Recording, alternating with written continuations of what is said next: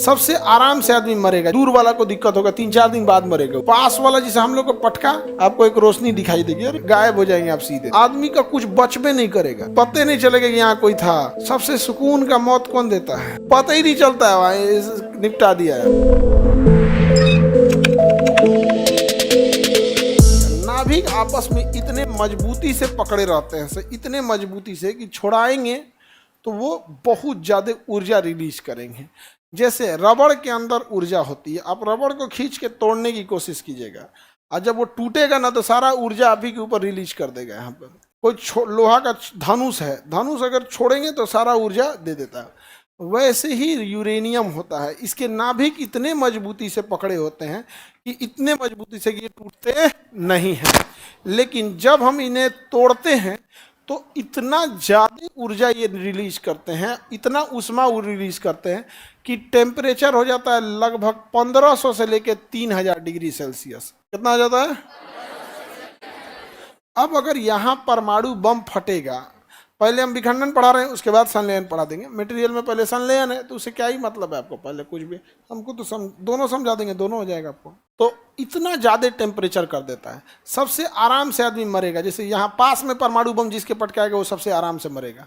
दूर वाला को दिक्कत होगा, 3-4 दिन बाद मरेगा वो। पास वाला जिसे हम लोग को पटका तो उसके अंदर नाभिक है, उसका न्यूक्लियस, और जब वो टूटेगा इतना ज़्यादा ऊर्जा छोड़ेगा, इतना ज़्यादा ऊर्जा छोड़ेगा, टेम्परेचर हो जाएगा 1500 से लेकर 3000 डिग्री सेल्सियस।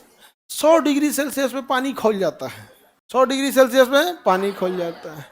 हम लोग जो आग जलाते हैं चिता पे, 350 से 400 डिग्री सेल्सियस होता है, पूरी शरीर जल जाता है। चिता जो जला के आते हैं कितना डिग्री रहता है?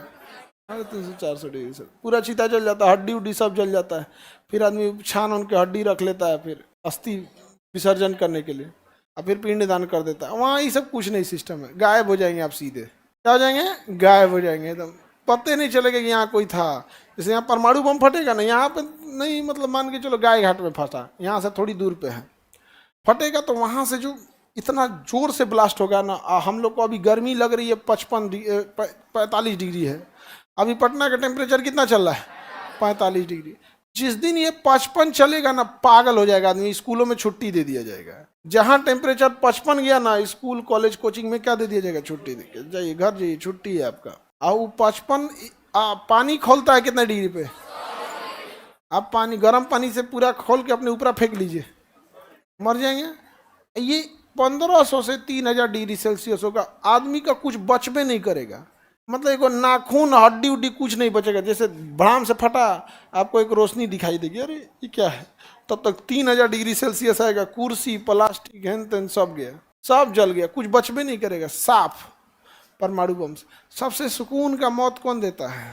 पता ही नहीं चलता है, वहाँ निपटा दिया है तुरंत। हाँ, नहीं तो सबसे आराम से मरता है जिसके खोपड़िया पे गोली लगता है। यहाँ अगर गोली लगेगा ना तो पलक भी नहीं झपका पाता, मारे टर्न से खत्म, हिल डुल भी नहीं करता है।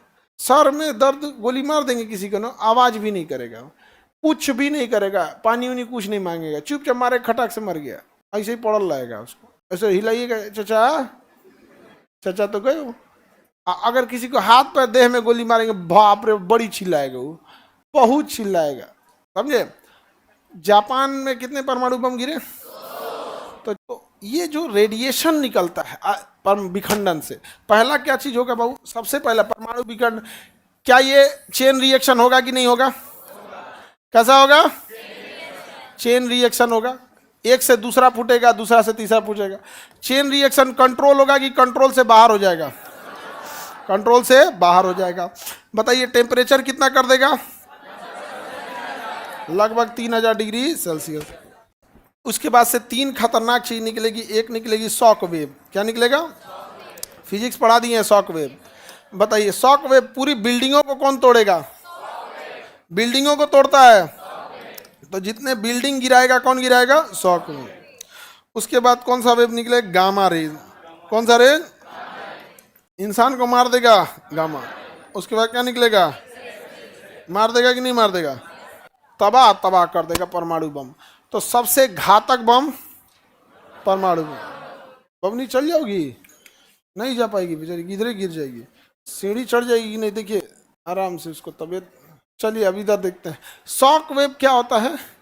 जब पटाखा वगैरह फूटता है तो आप क्यों डर जाते हैं? शॉक वेव के कारण, अचानक से होता है। अब सोचिए जब परमाणु बम गिरता है ना तो भूकंप आ जाते हैं, भूकंप की तरह गिर जाएगा। तो परमाणु बम में चेन रिएक्शन होगा या नहीं? कंट्रोल या अनकंट्रोल? अनकंट्रोल हो जाएगा, इसको कोई कंट्रोल नहीं कर सकता है। टेम्परेचर क्या निकलेगा? शॉक, किरणें और एक्सरे, गामा और एक्सरे, और ये सब खुले मैदान में फट जाएंगे सब। ये ऐसे कंट्रोल रूम में फटते सब तो हम लोग रोक सकते थे, कंट्रोल रूम में कैसे रोकते? अरे भैया इन दोनों के बाहर दीवार लगा देते लेड का। किस चीज का? लेड का। ये खतरनाक थोड़े होते हैं सब, मतलब इनके पास पावर नहीं होता है, बट ये टच करके चल जाएंगे तो खतरनाक। जैसे कोरोना मजबूत थोड़े है, वो खतरनाक है, मजबूत नहीं है, क्या है? खतरनाक। वैसे ही मजबूत नहीं है, सांप मजबूत होता है और तो एक मुंड डस देगा जात काम से। मजबूत थोड़े होता कि ना एक हाथ तू रहो पैर तू रहो, कौन मजबूत होता है? सांप यहाँ पे मजबूत नहीं होता है, क्या होता है? घातक होता है। समझ में आ रहा है ना आप लोग? लड़का सब खतरनाक नहीं होता है, मजबूत होता है सब। लड़का सब खतरनाक नहीं होता, क्या होता है? मजबूत होता है सब। अगर लेड की दीवार रहे तो कुछ नहीं होगा, कुछ नहीं होगा, लेकिन लेड की दीवार को तोड़ देगा शॉक वेव। लेड की दीवार को कौन तोड़ देगा? Shock wave. तो दो डबल ट्रिपल दीवार रखनी पड़ेगी जिससे कि शॉक वेव उसको ना तोड़ सके और अंदर क्या हो सके? एक्सरे और गामा रेज को क्या किया जा सके? रोका जा सके। जितने हानिकारक चीजें होती है उसे कौन रोक सकता है? लेड। तो एक को अपने अपने घरे तुम लोग लेड का कंबल सिवाओ लो, रजाई लेड का, और उसको ओढ़ के जो सूतेगा दबा के मर जाएगा, बहुत भारी होता है। जो कोनो मेहमान को उड़ा दो, को सुरक्षित रहिएगा, इसमें निपट जाएगा बेचारा, बहुत भारी होता है। लोहा से भारी होता है लेड। लोहा भारी या सोना? और सोना भारी की लेड? लेड खोने के लिए लेड ऐसे होता है, मर जाएगा बेचारा। समझ में आ रहा है कि नहीं आ रहा? पाकिस्तान मजबूत है कि खतरनाक है? मजबूत। अमेरिका आज तो जब मजबूत भी और खतरनाक। एग्जैक्ट ऐसे ही होता है हाइड्रोजन बम। एग्जैक्ट ऐसे ही क्या होगा? हाइड्रोजन बम होगा। हाइड्रोजन बम में बस क्या होगा कि छोटे नाभिक क्या बन जाएंगे? बड़े, और इसमें बड़ा से क्या होता है? छोटा। तो विखंडन और संलयन में, विखंडन तो देख लिए, विखंडन में एक अच्छाई ये है कि आपका मन, आप विखंडन को कंट्रोल कीजिए या कंट्रोल नहीं कीजिए। आपका मन आप क्या कर सकते हैं? कंट्रोल कर सकते हैं। आपका मन आप कंट्रोल नहीं कर सकते। तो अगर आप ऊर्जा बना लिए हैं और कंट्रोल नहीं करेंगे तो क्या हो जाएगा? ब्लास्ट हो जाएगा। क्या हो जाएगा? ब्लास्ट हो जाएगा। क्या हो जाएगा? ब्लास्ट हो जाएगा। कंट्रोल कर दिए तो ब्लास्ट नहीं होगा।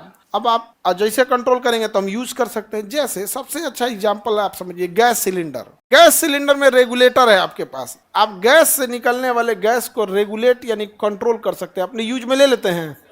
आज जिस दिन कंट्रोल के बाहर गया ब्लास्ट कर देता है। क्या कर देता है? ब्लास्ट। एग्जैक्ट वही है परमाणु विखंडन भी। जब तक आपके कंट्रोल में है, रेगुलेटर ठीक ठाक काम कर रहा है, चूहा हुआ नहीं काटा है, तब तक काम कर रहा है, नहीं तो क्या कर देगा? ब्लास्ट। क्या कर देगा? ब्लास्ट। तो परमाणु बिजली घर में हम लोग, परमाणु बिजली घर में यूरेनियम का यूज करते हैं और उसमें भी विखंडन की क्रिया करते हैं, और वो विखंडन कंट्रोल में रखते हैं कि अनकंट्रोल? कैसे? कंट्रोल। कैसे रखेंगे? जिस दिन ये अनकंट्रोल हुआ, कोई रोकेगा इसको? चेरनोबिल में क्या हुआ था? चेरनोबिल में परमाणु बिजली घर अनकंट्रोल हो गया था, ब्लास्ट कर गया था। अनकंट्रोल होके ब्लास्ट कर गया।